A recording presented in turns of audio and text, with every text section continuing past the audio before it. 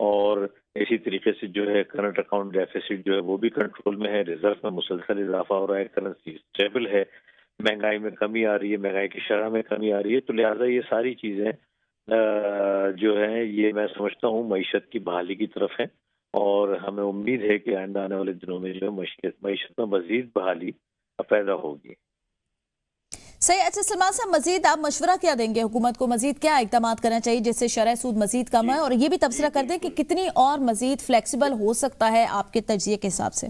تو جو اصل جو وجہ ہے، اور وہ خاص طور پہ صوبہ سندھ میں ایڈمنسٹریٹو کنٹرول نہ ہونے کے برابر ہے، جس کی وجہ سے جو مہنگائی ہے وہ منمانے طریقے سے بھی بڑھائی جاتی ہے، جعلی طریقے سے بھی بڑھائی جاتی ہے.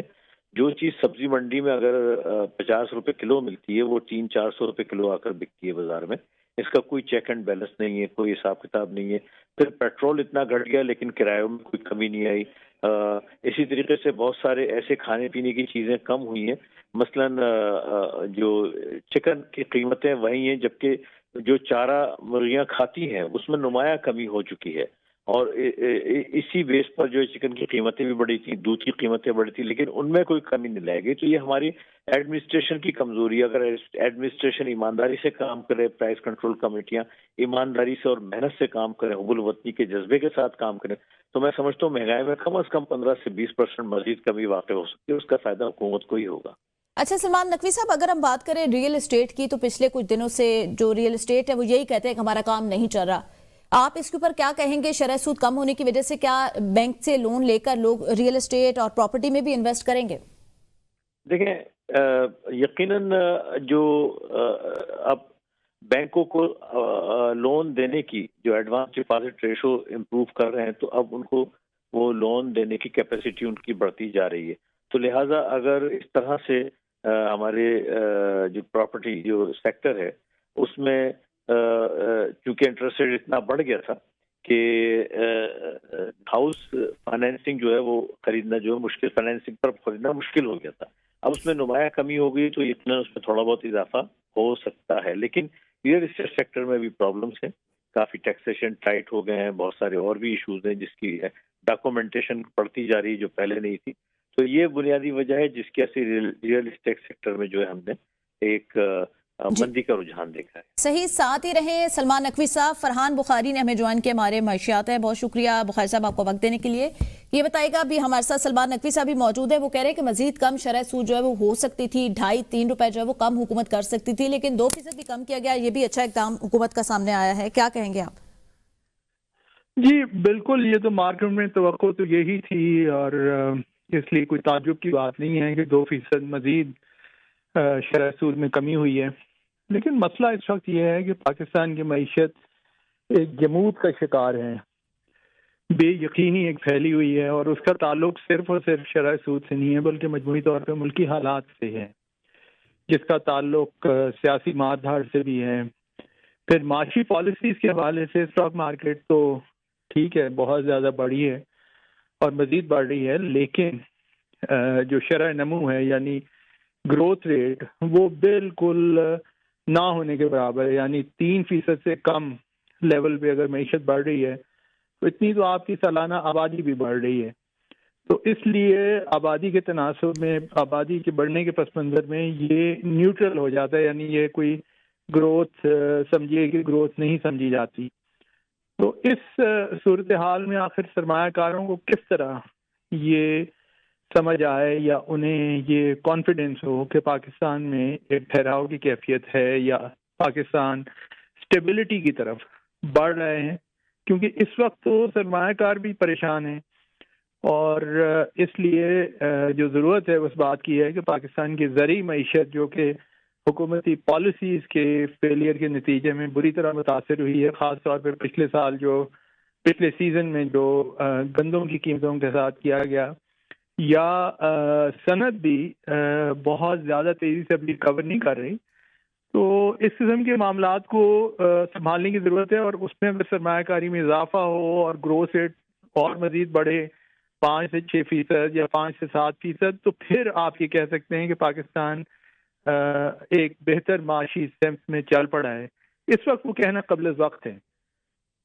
صحیح، آپ یہ کہنا چاہ رہے ہیں کہ جو ہے وہ کچھ بھی کہنا قبل اس وقت ہے، لیکن بخاری صاحب اگر دیکھا جائے تو اسٹاک ایکسچینج بھی اوپر جا رہی ہے، مہنگائی میں بھی کمی آ رہی ہے، نچلے طبقے تک ابھی اس کے ثمرات نہیں پہنچے، جیسا کہ سلمان نقوی صاحب نے کہا کہ چیک اینڈ بیلنس نہیں ہے، اس طرح قیمتیں چیک نہیں کی جاتی، لیکن کچھ حد تک مہنگائی کم ہو رہی ہے، تو آپ نہیں سمجھتے کہ ملک جو ہے وہ بہتری کی جانب گامزن ہے معیشت کے حساب سے؟ بھائی دیکھیں نا، مہنگائی کا چرچا تو بہت ہے، لیکن حقیقت یہ ہے کہ 2 سال تک مجموعی طور پہ کوئی مہنگائی میں یا مہنگائی کی شرح میں 50 سے 60% 2 سالوں میں 2-2.5 سال میں اضافہ ہوا ہے۔ اب اس کے بعد ایک چیز مجموعی طور پہ اگر آج سے 3 سال پہلے 100 روپے کا نیٹ تھا اور 50-55% اضافہ ہوا، 150 کی ہو گئی۔ جی صحیح، بہت شکریہ۔ فرحان بخاری ہمارے ساتھ موجود تھے اور سلمان نقوی ماہر معیشت اپنا تجزیہ دے رہے تھے۔